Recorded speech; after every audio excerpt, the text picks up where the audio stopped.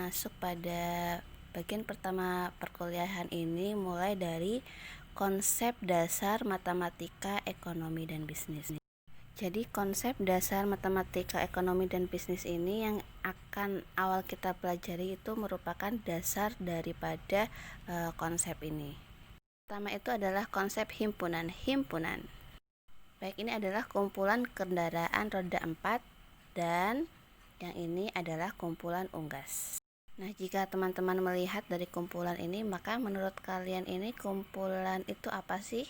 Seperti ada kumpulan kendaraan roda 4 dan kumpulan unggas, berarti kira-kira kumpulan himpunan itu seperti apa? Menurut teman-teman bagaimana? Coba kita pikirkan, kira-kira himpunan itu apa sih? Kita lihat di sini ada kumpulan kendaraan roda 4 dan kumpulan unggas. Jadi, himpunan ini merupakan kumpulan objek-objek yang berbeda mempunyai ciri-ciri khusus. Jadi, dia itu merupakan kumpulan. Jadi, himpunan ini merupakan suatu kumpulan. Dan kemudian untuk simbol himpunan itu biasanya menggunakan huruf kapital ya. Seperti misalnya A, B, C, D, E, dan seterusnya itu menggunakan huruf kapital. Kemudian untuk simbol keanggotaan biasanya seperti huruf E dan bukan merupakan suatu keanggotaan seperti huruf E tapi ada garisnya, seperti itu ya. Kalau dibaca yang E itu merupakan suatu anggota dan ada garis miringnya bukan merupakan anggota. Dan untuk penulisan himpunan itu ada 3. Yang pertama enumerasi. Contohnya adalah seperti ini ya, himpunan A terdiri dari 2, 4, 6, 8.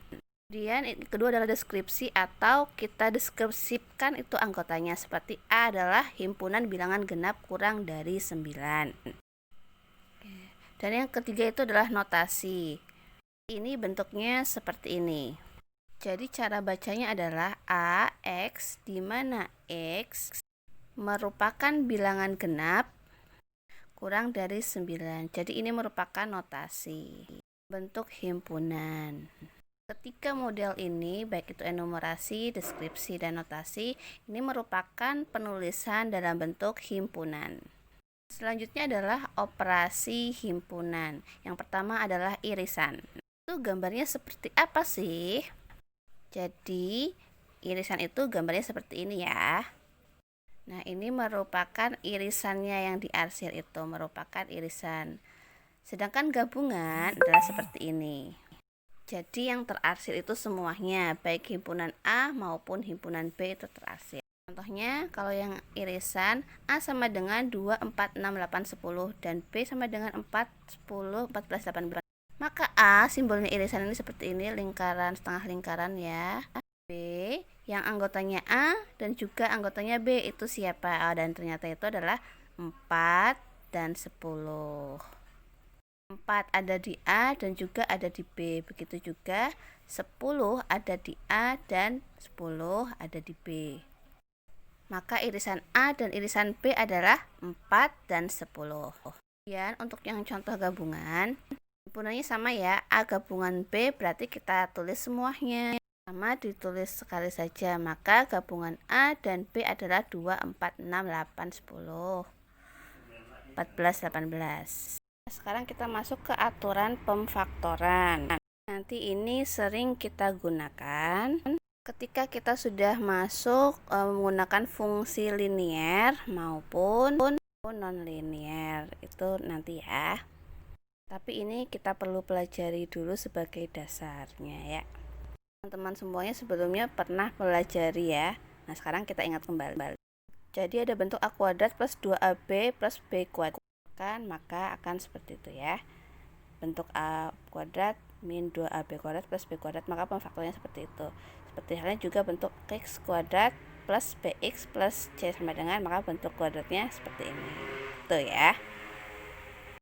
Jadi seperti itu ya.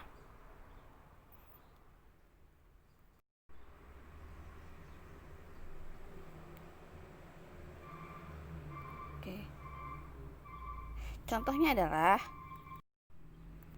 X kuadrat tambah 4X tambah 3 sama dengan 0. Kita cari dulu faktornya 3. Faktornya 3 ini cuman 1 dikali 3, berarti kita tulis 3 dan 1. X plus 3, X plus 1 sama dengan 0. Seperti itu ya contohnya.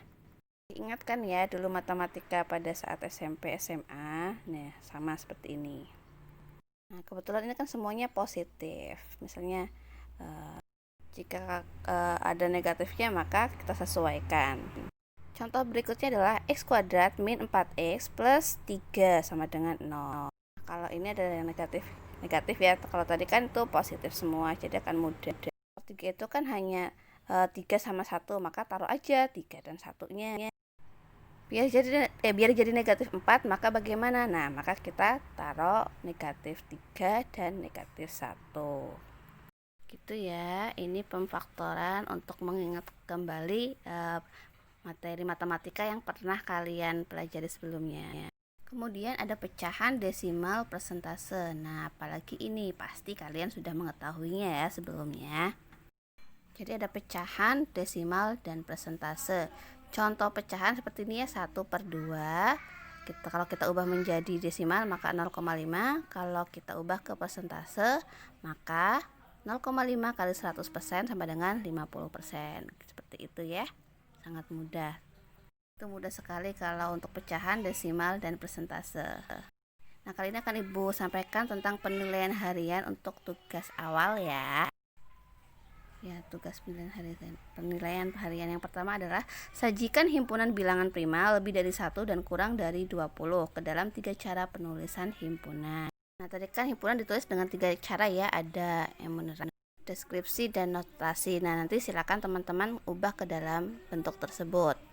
Kemudian yang kedua, 150 merupakan 40% dari 3. Tentukan faktor dari x kuadrat min 6x plus 5 sama dengan 0. Nah, nanti teman-teman mencoba kerjakan 3 soal ini. Kemudian nanti tolong dijawab melalui video ini ataupun melalui kece ya. Oke. Sekian dulu penjelasan pertemuan pertama ini dari Ibu ya. Mudah-mudahan video ini dapat memudahkan teman-teman semua dan juga Ibu belajar dalam memahami pembelajaran ini. Assalamualaikum warahmatullahi wabarakatuh. Hai, baling-baling bambu.